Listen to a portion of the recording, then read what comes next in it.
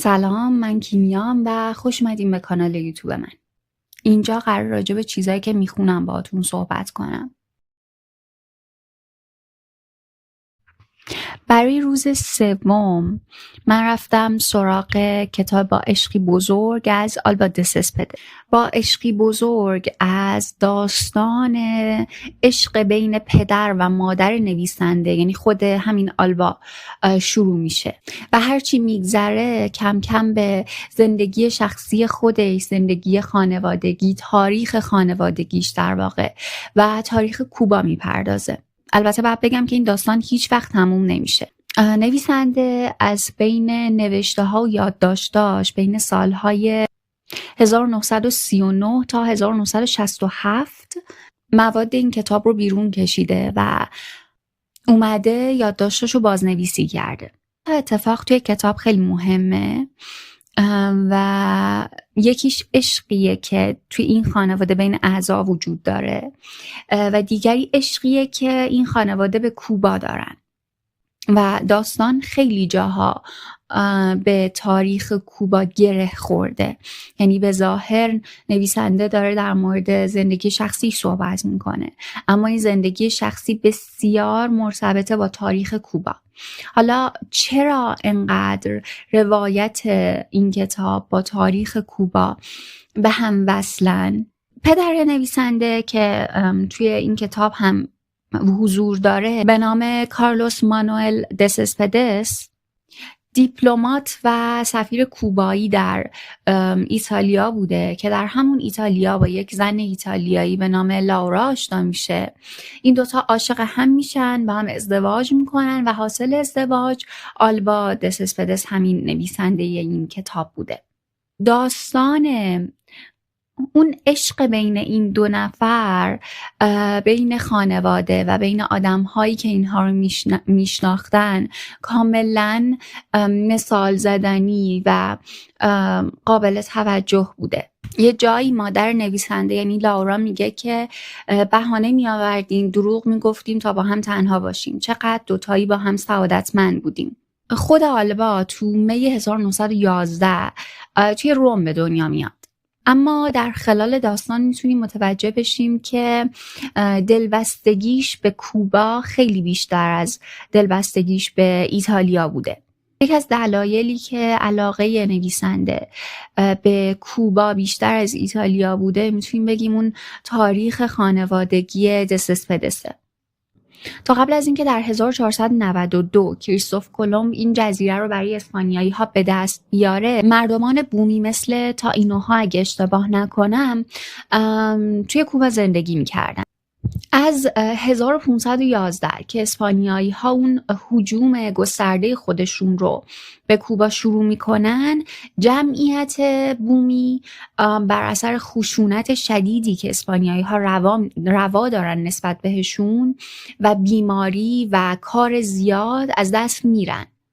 توی این مدت کوبا، سرزمین کوبا به عنوان مستعمره اسپانیا، شکر تولید میکرده و تا 1886 که بردهداری لغو شد، یکی از مرکز اصلی تجارت برده های آفریقایی برای اسپانیا بوده. یعنی تو این دوران بیشتر جمعیت کوبا رو اسپانیایی ها، برده های آفریقایی و تعداد کمی از بومی ها تشکیل میدادن. تو سال 1868 اولین جنگ استقلال کوبا شروع میشه و تا 10 سال ادامه داره. اینجاست که سرکله جد پدری نویسنده یعنی کارلوس مانوئل دسسپدس توی تاریخ کوبا پیدا میشه. حالا چطوری؟ به این صورت که آتیش این جنگ، جرقه اولیه این جنگ با قیام این آدم شروع میشه. برخلاف چیزی که شاید تصور کنیم، این آدم در اصل و در بدو امر سیاستمدار نبوده و صرفاً یک زمیندار متمولی بوده و شخصیت کارلوس مانوئل به حدی توی تاریخ کوبا اهمیت داره که بهش پدر وطن هم میگن.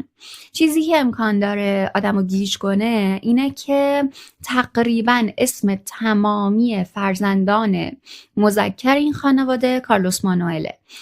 میگم تقریبا به خاطر اینکه اسم همشون نیست. اینا رسم داشتن که اسم فرزند پسر اول رو از روی اسم پدر انتخاب میکردن. بنابراین ما میبینیم که اسم پدر نویسنده با جد پدریش هم یکیه. برگردیم به تاریخ کوبا. تو سال 1895 یک جنگ دیگه‌ای برای استقلال شروع میشه. این جنگ در 1898 با دخالت آمریکا تموم میشه و اسپانیایی ها درش شکست میخورن. تا 1902 آمریکا کوبا رو تحت نظر داشت تا اینکه تو همین سال به استقلال رسید، هرچند آمریکا حق داشت که توی یک سری امور دخالت داشته باشه. کوبا به جمهوری رسیده بود، اما این جمهوری شدیداً ناکارآمد و فاسد بود. تا اینکه تو 1952 یک نظامی به نام باتیستا، اگه اشتباه نکنم، که در طول داستان ما بارها و بارها ازش بد میشنویم، کودتا میکنه و قدرت رو به دست میگیره. من خیلی از تاریخ کوبا چیزی سر در نمیارم، راستش قبل از این اصلا نخونده بودم، ولی یه سرچ ساده کردم. به نظرم از اینجاست که ما حضور فعالانه فیدل کاسترو و اون فعالیت‌های مسلحانش رو توی تاریخ کوبا می‌بینیم. جایی که تو 1959 حکومت باتیستا سرنگون میشه و کاسترو رهبری این کشور رو به دست میگیره. از این تاریخ به بعد، یعنی از 1959 به بعد، اتفاقات زیادی توی تاریخ کوبا میفته. روابطشون با آمریکا شدیداً خدشه‌دار میشه، به شوروی نزدیک میشن و خیلی اتفاقات دیگه که اینجا به صحبت ما ربطی نداره، من ازش عبور میکنم و فقط اینا رو گفتم که نسبت خانواده دسپدس به کوبا رو خیلی بهتر بتونیم درک کنیم. من تازه که کتابو شروع کرده بودم فکر میکردم عنوان با عشقی بزرگ به رابطه بین پدر و مادر نویسنده برمیگرده و تحت تاثیر عشق بزرگ بین اون دوتا این اسم انتخاب شده. ولی هرچی که گذشت متوجه شدم این عشق بزرگ عشقیه که نویسنده و خانواده پدری نویسنده به کوبا داشتن. بیاین اینجا رو هم بخونیم. حس می‌کنم در نوشتن عاجز ماندم. از یک طرف چطور می‌توانم از همه آن افراد نام ببرم؟ از طرفی هم آیا می‌توانم سکوت کنم؟ آن همه اسم برای افتخاری یک کشور کافی است.